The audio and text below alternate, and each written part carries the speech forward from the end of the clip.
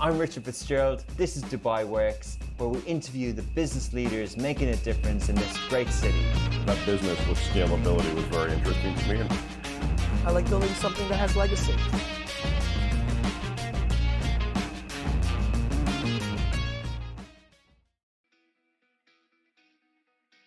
Okay, when I moved to Dubai 10 years ago, I had a bike and I wanted to get into cycling. And back then, there weren't many boutique studios. I remember on Lovin Dubai in 2017, I did an article about 10 different studios that had opened. But since then, it's evolved a lot and the fitness industry has evolved a lot. I just took part in the Dubai 70.3 Ironman last weekend, and it's amazing to see how many people and how many different fitness communities have set up.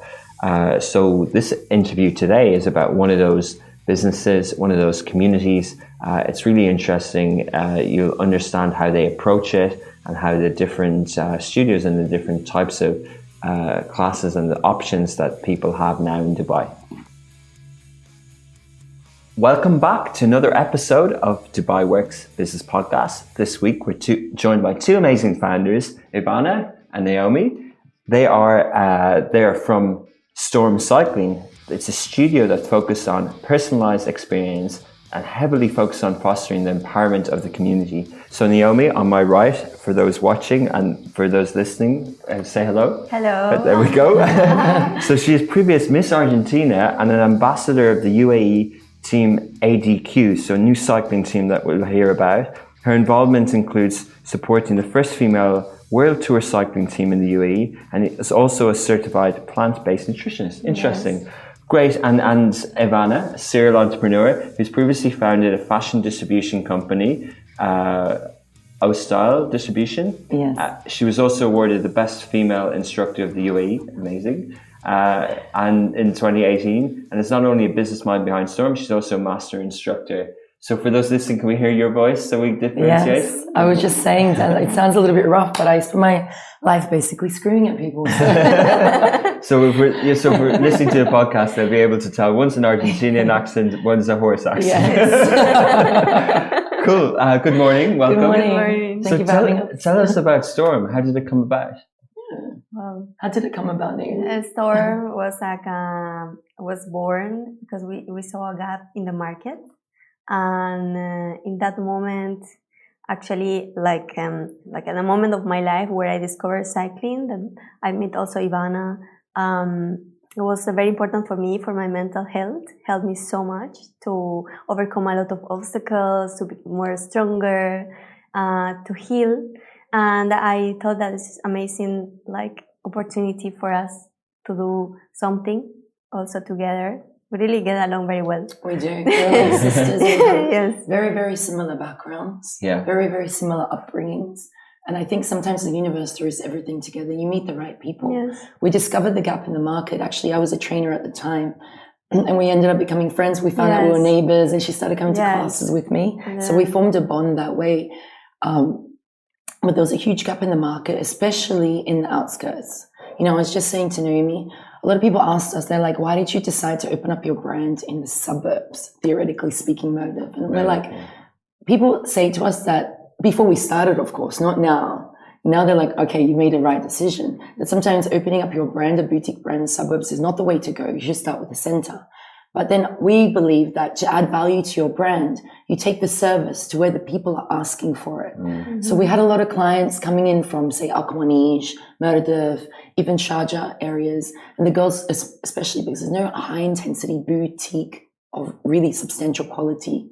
Well, there wasn't. Now there's more popping up. Mm-hmm. So I guess we set an example. Yes. Yeah, a lot of studies. Yeah, they were so hungry for the concept. And they literally, they followed us, so closely while we were building Storm. Yes. It was over the plans for Storm a year before it opened, 8 months. Yeah, 8 months or something. And you opened during the pandemic, you mentioned. 6 weeks before the pandemic. So February, January 2020. January 2020, wow. We opened mid-Jan. 11. Yeah. Bad timing. Well, the thing is, because we had people behind us, as you know, they were watching the countdown. It got really. I think we had 2,000 followers on Instagram before Storm was launched. Yes. And so when we actually opened Storm, it was was like a Boxing Day sale in the UK. They were breaking down not breaking down the doors, but we had like a wait list. And on top of the wait list, girls would come and sit on the bench. To wait if someone canceled or did not show up, so they can't jump into the class. So, I mean, it was incredible. What ended up happening was we built such a strong community within 6 weeks that when the pandemic hit, and by the way, it was like 2 days before the pandemic, Naomi and I were like, it's going to happen. It's going to happen. Yeah. We felt it. Yeah. We started recording, right, Naomi? Yes. We started recording like virtual classes. Oh, wow. You pivoted really quickly. Yeah. In 48 hours, the bikes were out. We already had, I think, 7 videos under our belt. And today, how many do we have? Yeah, I don't know, 150. But all of our clients, they rent the bikes. Yeah. And we did not have enough bikes. We had to purchase 20 more bikes. So they took the bikes to their homes during the pandemic. Yes, wow. They were renting the bikes. They were getting our packages online, and actually, we really grow like so much during the pandemic that helped us a lot in so many ways, different ways. So because you were in that sort of entrepreneurial mindset that you were ready to kind of pivot. We quickly. Make decisions very quickly. It's Naomi and I. Because we started with a very small team. We had a safe team, like everybody's jobs were safe. It was really amazing. We got able to take care of our staff. Accountability was huge because there's only like not a few of us, there's us, and then we had like 2 operations. We had a couple of other staff, The accountability was like, okay, everybody sit down at the table today. What's going on? What are the communications from the clients? What do we need to do?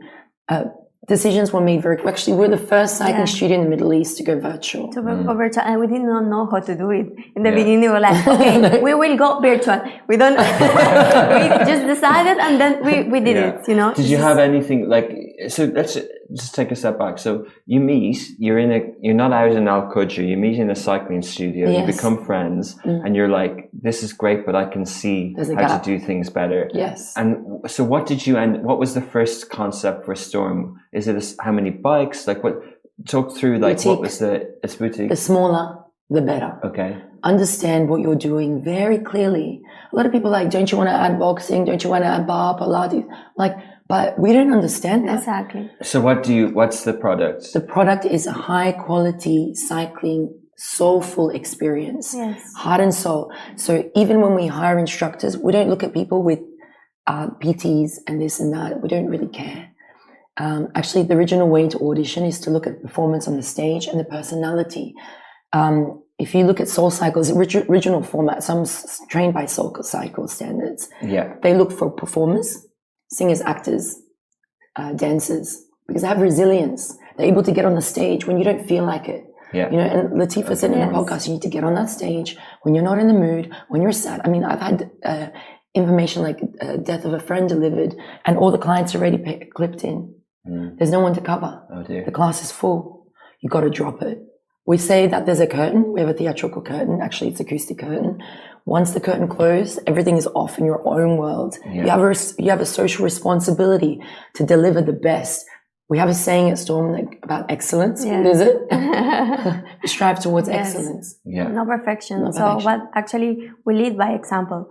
So this is why we don't want to make something that we don't know about. We just know very well cycling. And this is why we focus on that. We focus on the mental health. It's a 45 minutes of a cycling class to the rhythm of the music in a dark room where you can focus on yourself, where you have an intention of the day. Every day is different. And then there is a small meditation, like active meditation. When you close your eyes, you write. And then it's like an amazing experience. We also took that experience then later on when the pandemic was not still going on, but kind of when we had no restrictions in terms of operational studios and etc. We took it to address. We were the first ones doing an stunning, amazing experience. C'est la vie. C'est la vie in front of the Burj Khalifa. We did it for actually Dubai 30 by 30. And then from then we took a longer period with others for a few months in downtown. And then we just different things. So we took this indoor experience to the outdoor experience. We adapt our business to many ways. That depending on the demands yes. and the circumstances of what's going on. And the curriculum or the programming, so first of all, how did you choose the bikes, and did you come up with your own, did you think you needed to license some programming, or did you come up with something unique to Storm? So rhythm riding as a concept was created by Soul Cycle. That's no secret. Soul Cycle's original rhythm riding concept. However, you will see now there's rhythm riding studios around the world. It's very different from RPM, repetitions per minute. We do beats per minute. Yeah. So when you devise the playlist, it's like working with DJ equipment almost. You have to have a BPM counter, and it's devised so the gradient is a curve, increase in intensity, whether it's speed or like heaviness, and then you come back down. So the concept originated from Soul Cycle, but for example, the interiors and the equipment that we chose the best that we could find. So for us, it makes more business sense to take a smaller boutique space, do one thing that you know very well, but get the best quality materials that you can. So the Schwinn bikes that we have actually customized to Storm, they're called Quantum Silver. They take a little bit more longer, and they're the top of the range. Okay. We chose this bike because we just find it to be a solid bike. Like it's like driving a Maybach. You can't go back to like a Fiat. There's nothing wrong with a Fiat, but you feel the solidness of it. Different quality. And of course, like we don't. A lot of people are like, well, we could do a pop up, or you could just, start your studio somewhere. Like, do you understand how much investment goes into a good quality studio? It's probably like the sound studio. You have to have sound insulation. You want to be in a mall. Sound insulation. Yeah. Even the flooring is sound insulated. The ceiling is sound insulated. Everything. You can't just, so when you move to a location, you need to be sure of that location, because you can't just rip out the capex and take it with you. Yeah. Half of it's in the infrastructure. It's not just the bikes. Yeah. And so much more. There's the fit out, there's the bikes. Is there anything else? There's the talent.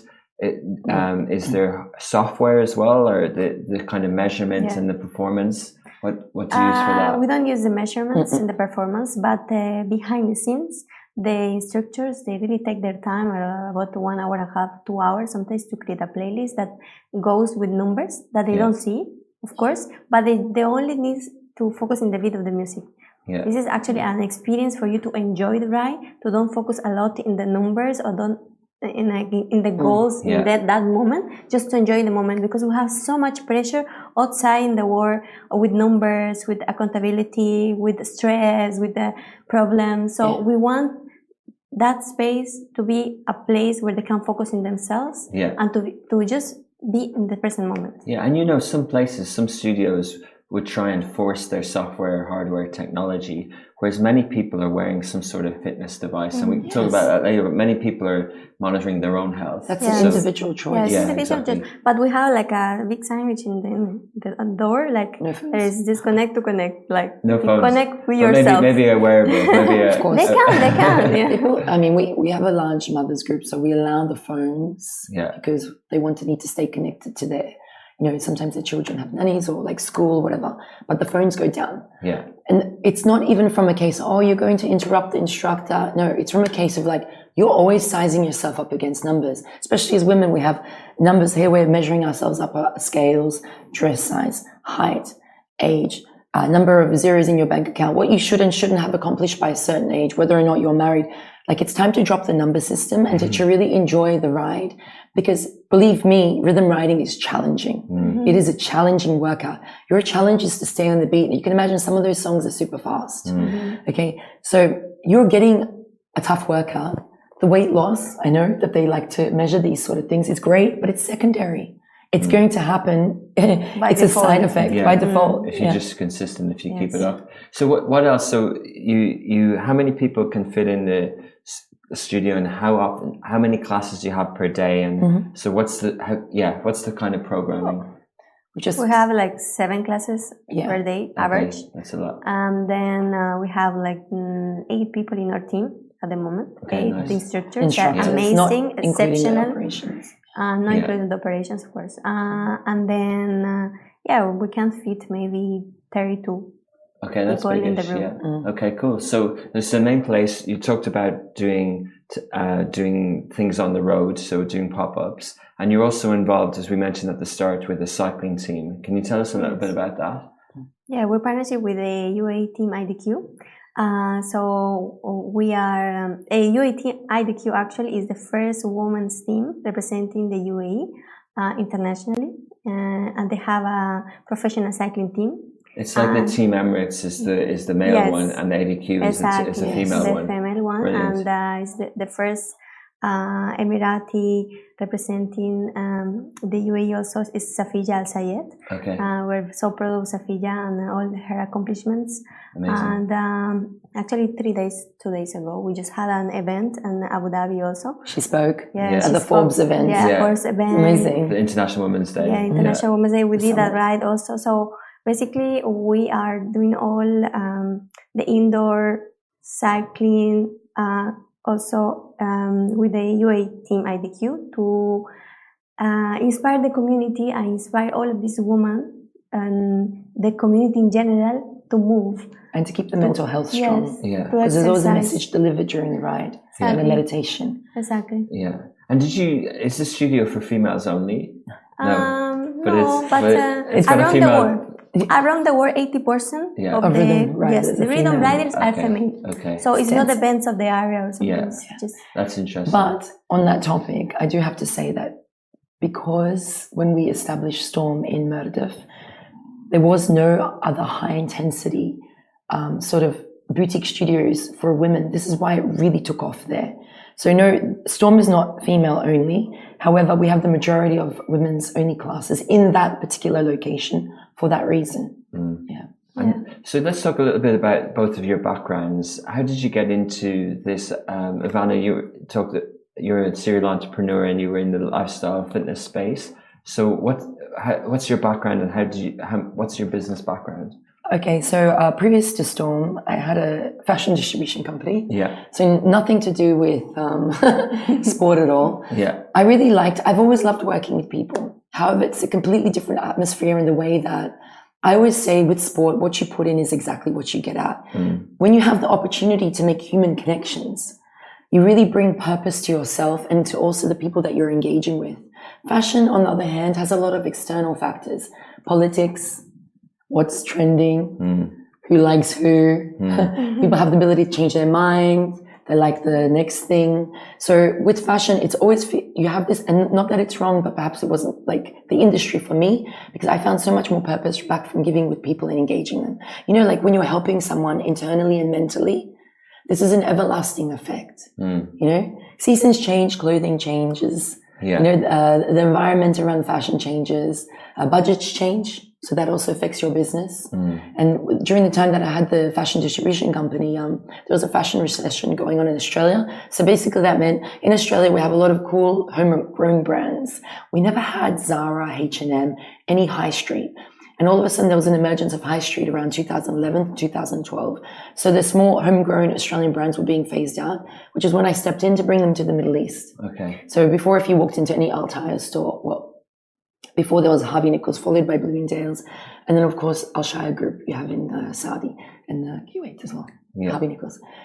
So at that given time, there was no Australian brands at contemporary price points. So this is what I did. It was great. So you were there and you came with them, or you were here and you I imported Australian brands. I had a showroom here. Yeah. And then buyers would either pass by before they went to Europe or they would be here. And I mean, I enjoyed it while it lasted, but I didn't find it fulfilling. So I left that industry. I actually became an instructor for another brand, whereas I was introduced to rhythm riding. And then we saw the gap in the market. Naomi and I became acquainted. She became my client. And I saw her in the foyer of my building. I was like, hang on, you live here too? Yeah, it was like such a...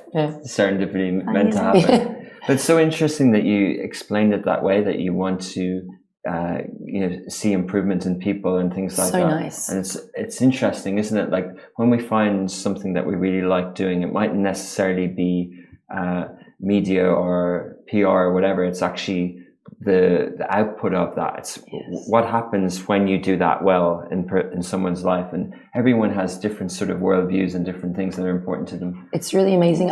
When I started instructing, you would have classes where people seem really blank, but it's because they have things going on, actually. Because I'm an empathic person. Yeah, I would want to connect with them. Yeah. And I used to take it personally. But then I would get a message after class going, you have no idea I'm going on. This is happening to me at home at the moment. And those few words that you gave me during the Soulful, they helped me so much, wow. you know? Yeah. So it was a really beautiful feeling. You feel finally I'm doing something that feels like it has purpose. Yeah. You know the Maslow's hierarchy of needs? Yeah. You have physiological at the bottom, psychological, and then you make your way up. Maslow's hierarchy of needs at the top, you have self-actualization. And I remember hitting that point precisely because it was after a Tuesday night class. Everybody packed up and I said, just leave me here in the studio. And I sat on the floor for 2 hours and I felt this amazing, overwhelming feeling of just feeling super high. I had the most amazing class. The energy was ecstatic. And I'm like, I have realized something in my life that gives me this sense of, I could not explain to you the rush of feel good hormones or chemicals running through my body at that time. I was like sitting on the floor and crying. Amazing. It was amazing. The most beautiful feeling ever. From that point onwards, it never felt like a job for me, you know? Yeah. But yeah, I really enjoyed it.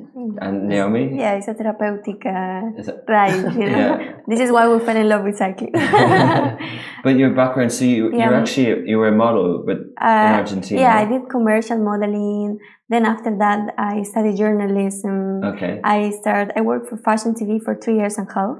Where was that? In South America. Okay. So I was traveling around Argentina, Bolivia, Brazil, and etc. And then I had a program of radio also. Oh wow! And one day I woke up and I found a book I was reading about like your 5 years vision, and I was thinking like, what is my 5-year vision? Like, you will be one day the owner of Fashion TV or a channel or something. Where is this going? Like, I will be in 5 years doing the same thing now. And it was the answer, and I was like, I cannot do this to myself. Okay, so you didn't really like it. Even I love it, but I say this is not the opportunity. Yes, exactly. It's not aligned. The book was talking about like aligning that 5 years vision with what are you doing today, with the friends you are having, with the people that you surround yourself with, and the rest of the things. Yeah. So back then I was like, one day I would like to have a business. Yeah. And so for that to come to my life, I had to be involved in the business development, communication, marketing, and things. So I jumped into an adventure of working for a company in the business development, and then since then I grew so much until I found my passion for cycling also, and I discovered that I really love it. This is why I told you, like, we lead by example. We don't recommend anything that we don't do it ourselves. Yes. Like, it's not like I was just even brands in the car. We reject. Yeah, if it doesn't align with us. Really, even brands. Like if the right products, even the high-end brands. We're aligned with the vision. We're aligned with the values, with the lifestyle, we're aligned with the core of the emotions and the things that they drive us. And when did you move to Dubai? It's about 5 years and a half or something. And when did the plant-based nutritionist part come in? The plant-based nutrition started when I was already in South America. Yeah. So I was plant-based for about 11 years or something. Oh wow. And so basically my family, they're Argentinian. They eat a lot of meat and I am like the black sheep. I'm questioning everything. Actually my grandfather, he had cancer. And since then, I'm very curious always. I like to study and I always ask myself questions. Yeah. So when that happened, I started to ask so much questions. So until the point I say I cannot go to a normal university. I will go to a university that they specialize in plant-based nutrition because of what I study. What is not really good for you is like a processed food, of course. But if you eat like non-processed food and mostly plant-based also, you will be like fine and healthy and looking young and beautiful and with higher energy levels. Yes. Yeah. So you studied that after journalism. You studied that separately, and do you practice that as well as part of the story? I did not fully practice as in a place because I was having my other job. business development. But yeah, some of the times I help in the studio with clients or with programs. People ask for nutrition advice. Yes, they can. Yeah, very absolutely. good. Yeah, I'm always happy to help, and I always happy to help, especially someone that put their 100%. Yeah, and just while we're on this topic, have you seen in the 5 years here more of an interest in plant-based nutrition? Oh yes. Back then, they're like different story. You're eating I grass. can tell you, yes, literally, you have to be so carefully with what you will eat. Okay, in South America, there's zero. I started with no one knew about it. I was even a strange. You'd order sides. Exactly. She orders nothing but all sides. the sides from the menu.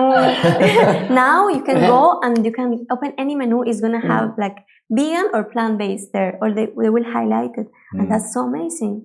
I feel even our canteen here, we have a vegan dish every day. I'll check it out. But it's interesting, isn't it? People are getting more and more aware, and it's not necessarily all or one. People are now adding more plant-based meals in their weekly plans, and they're just thinking of it more as well. I think they just even I'm not plant-based, but I don't like to eat an abundance of meat. It's just a preference. But yeah, there's many different ways you can tackle it. I think whole foods, like Naomi said, is a really good idea. Yeah, nutritional food and diet. Interesting. So can you talk a little bit about your business plan? You were setting up a fitness studio in Dubai, and it's competitive, right? There's a lot of them. So how did you approach that, and what do you think of the industry here?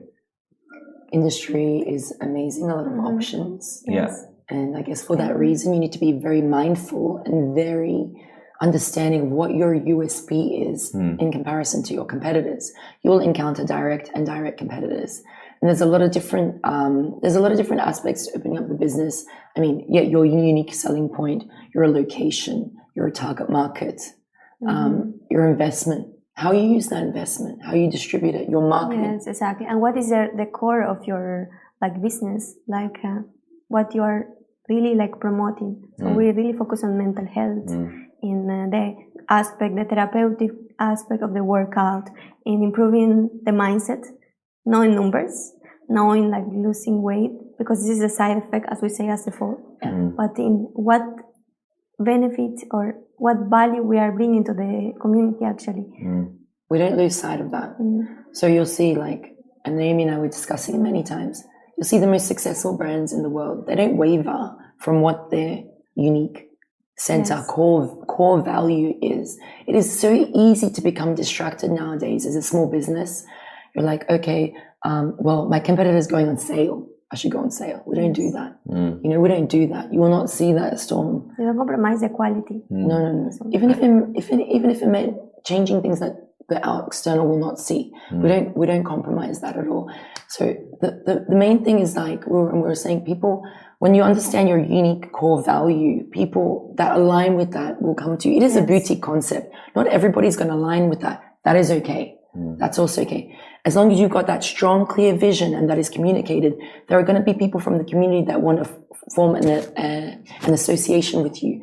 If you look at what Nike is doing with all their beautiful women's inspired content, it is so powerful, right? That if you're a woman and they show women of all different shapes, sizes, colors, heights, whatever, if you're a woman, you think, okay, that person's an athlete.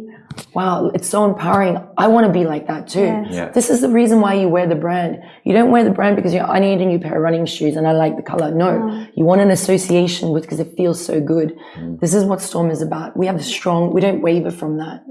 Because you want to be part of the community. You want to be part of the mindset, of the vision, of what is aligned with that brand. Yeah, it's interesting, isn't it? Because some companies in that space would find that purpose difficult to scale, difficult to franchise, and then other companies might pivot and go, oh, we have one person on an elite cycling team. What if we became an elite cycling studio? But it sounds like you won't go away from the core, which is about community and mental health as well. That is the core. Yeah. The cycling, yes, we have good quality equipment. Yes, the workout is great.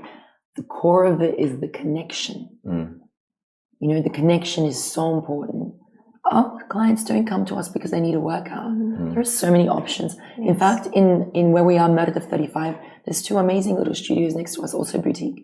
They come to us because we have ability and the strength to connect with them emotionally. We know their shoe size when they walk through the door. We know their names. They're shocked. The front reception, like they also jump into the classes, create videos.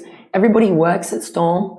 Everybody from housekeeping to everybody loves gets the in. brand, and everyone follows the same value. And that's, I think, really important, because, you know, you are part of a change. You are part of a change in a world that is following. Of course, we are all technology and involved in the technology, and we're going towards that. But you don't want to lose the humanity, the real human. You know, bringing this small detail for you, like it's something very nice. And you feel like at home. So classes, like, you know, the industry around classes in the UAE has evolved as well, right? There were the main big gyms, say 10 years ago, and then more boutique ones. Yeah, and we're different, talking about them. Yeah, but not in cycling as well, but also in different types of things, right? Like CrossFit and other things. And, and so and then there was the kind of Class Pass apps and I think Guava Pass or something else. So that seems to have happened about 4 or 5 years ago. What sort of stage are we at now? Is there a consolidation? Is there even more need for boutique, or is the industry growing? I mean, I think the boutique studios are growing a lot at the moment. Yes. So Dubai is becoming more vast. True. There are other ends of Dubai, and there are opportunities. We're just looking at construction as we were driving here, going, a lot of new malls and the places and developments and people, especially like expats coming to the UAE, because after the pandemic, everyone believed that this amazing country is a safe place to invest, to be in, to grow in as us. Like we just also got the golden visa. Well done. Yeah. Thank you. Amazing. There is a positive vibe post pandemic, if we can say that now, but I'm not sure if we can, but it feels like we've overcome. I think we can. We can. Okay. I think people are like being really, like, people are optimistic. There is a climb. The economy is picking up. It is picking up. Yeah. Look, reconstruction's retaken off. If you look everywhere now, things were halted, and now it's back into construction phase. There are many corners of Dubai that are yet to be explored. And actually, like, if you know how to look properly, you will see the areas that have potential. Because even to make a plan of a new facility and do the right amount of marketing and plans and construction, and then implement the time for delays, it's going to take 2 years. So if you're able to predict a good area, there's definitely opportunity. You know, Naomi and I, we explore different areas. We look. Go for a drive. We look, we go, we study, have a coffee, we ask, we go to the class, we try this, the other one. When we travel, we look for inspiration, other studios, what is new, how we can, you know, evolve in our plans. So do you think the Storm brand will go beyond the cycling studio? Do you think you can offer, you know, is there more of a need for wellness, you know, mental health classes and things like that? Potentially, yes. I think in terms of adding other activities, we cannot answer that. We wouldn't know, because this is what we know so well. But in terms of lifestyle and strengthening the brand and the connection with the audience, 1,000,000% we're working towards that. Yeah.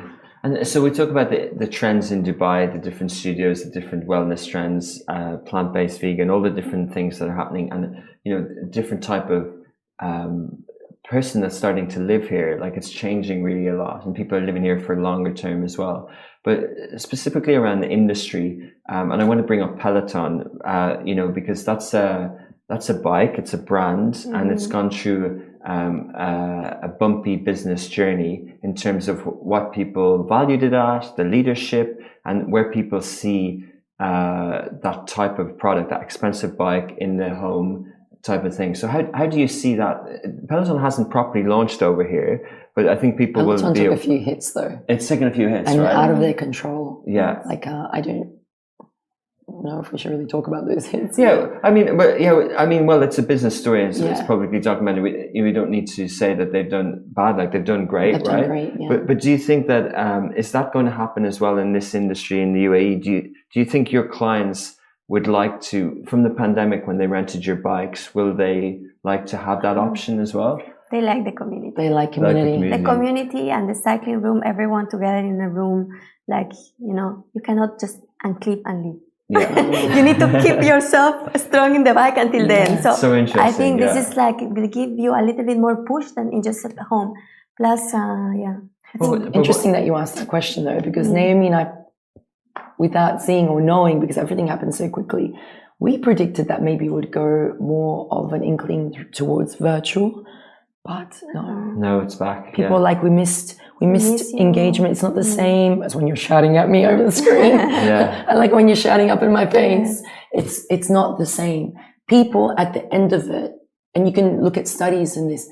As humans, we need humans. They can talk about the metaverse and doing all of that. And I'm sure that for some people's lifestyles, it suits them. But at the end of the day, do you want to isolate yourself forever? No.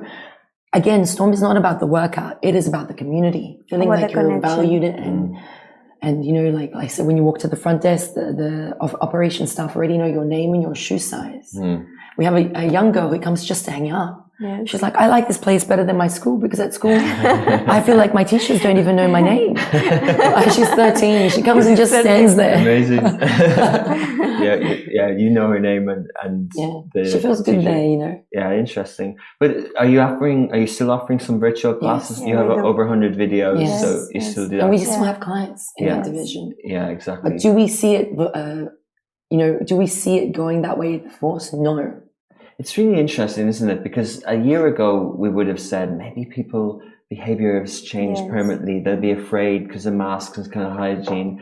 And then other people talk about, at home it's easier. It's convenience, not in terms of a commute, but I can just jump on. But actually, like we're just returning back to being humans, aren't we? We're just going back to places. Do you notice what happened? Remember when we were sending those, we did our own private sort of platform. A lot of engagement, like we had the group chat, of course, with all the clients. And I thought, is it just us? Because I noticed a decline in their behavioral, the activity. So again, they would renew their rentals. Everything was great on paper, but I see the spirit start to decline on month 3 of being in isolation. In the beginning of the new, everyone excited 2 times in the day, maybe they work out, but then you can see in the videos reproduction, like they're not exercising. The bikes are there, they're being rented, they are paying for it. But the views are declining. So it's like they need a little bit of push or motivation after a few weeks, I guess, because in the beginning it's very easy because it's new, something new in the first 3 months for your brain. It's like, oh yeah, I'm so excited.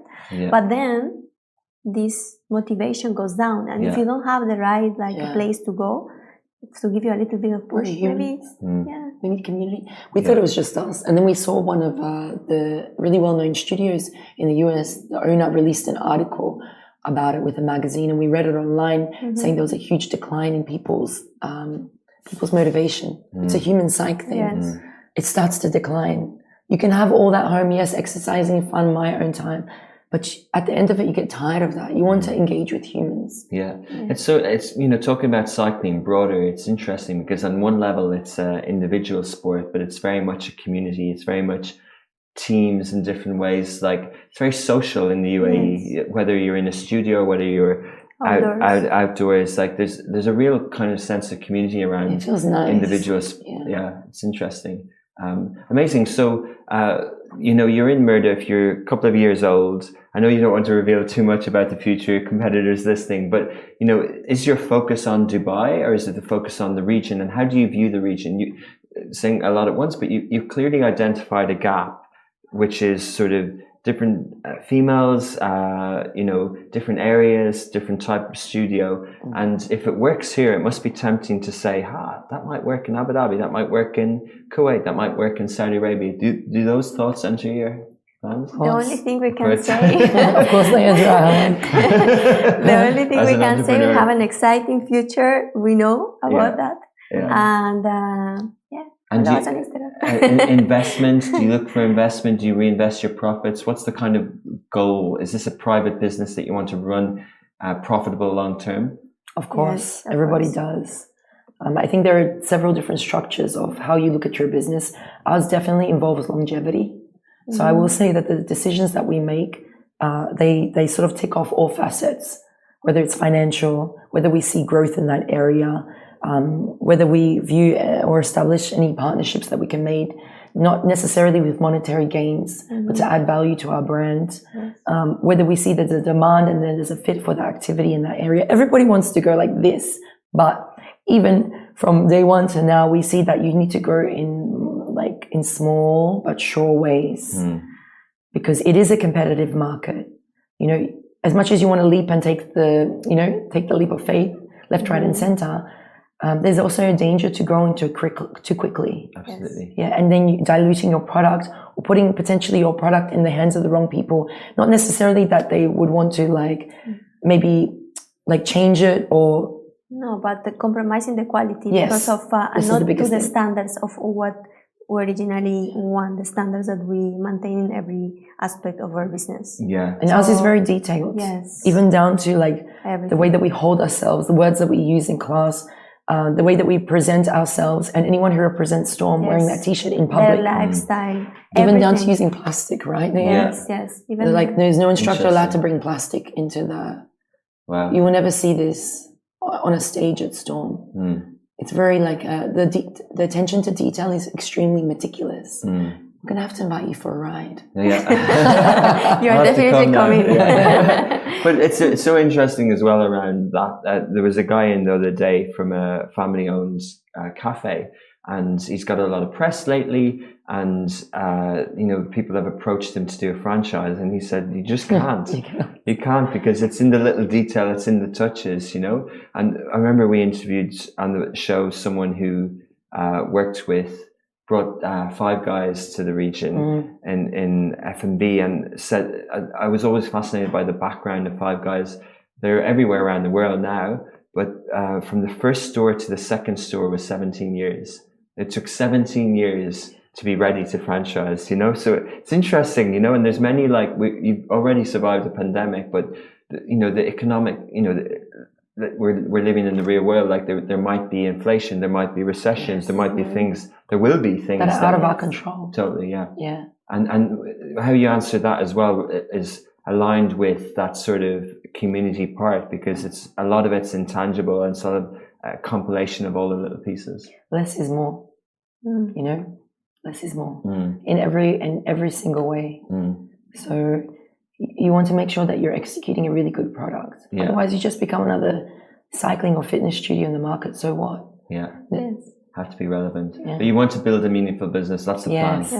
It's beyond cycling. Yeah. It's an emotional involvement. It's about the community, about the people, about the how change and touch lives in the community and change their mindset.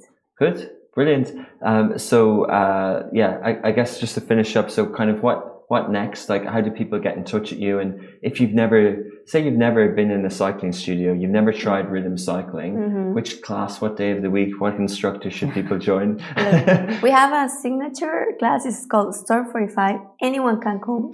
Storm 45, the 45 minutes, yes. They just need to go www.stormcycling.com.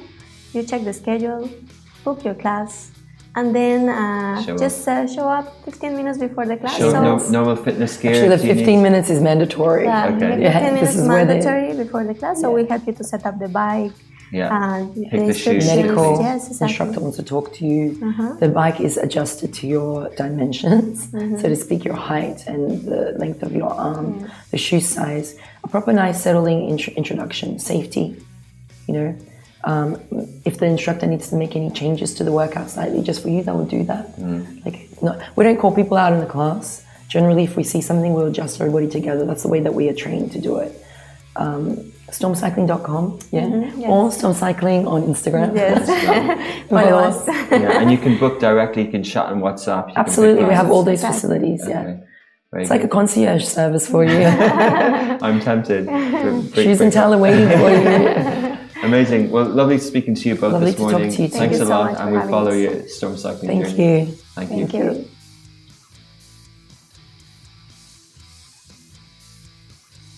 Okay, I think I've just found a new favorite cycling studio, even though I've never been there.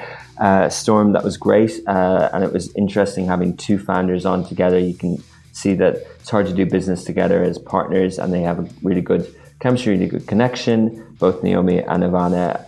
So please do, if you're listening to this on Apple, leave a comment, subscribe, recommend it to a friend, on Angami, on Spotify, or wherever you're listening to your podcast.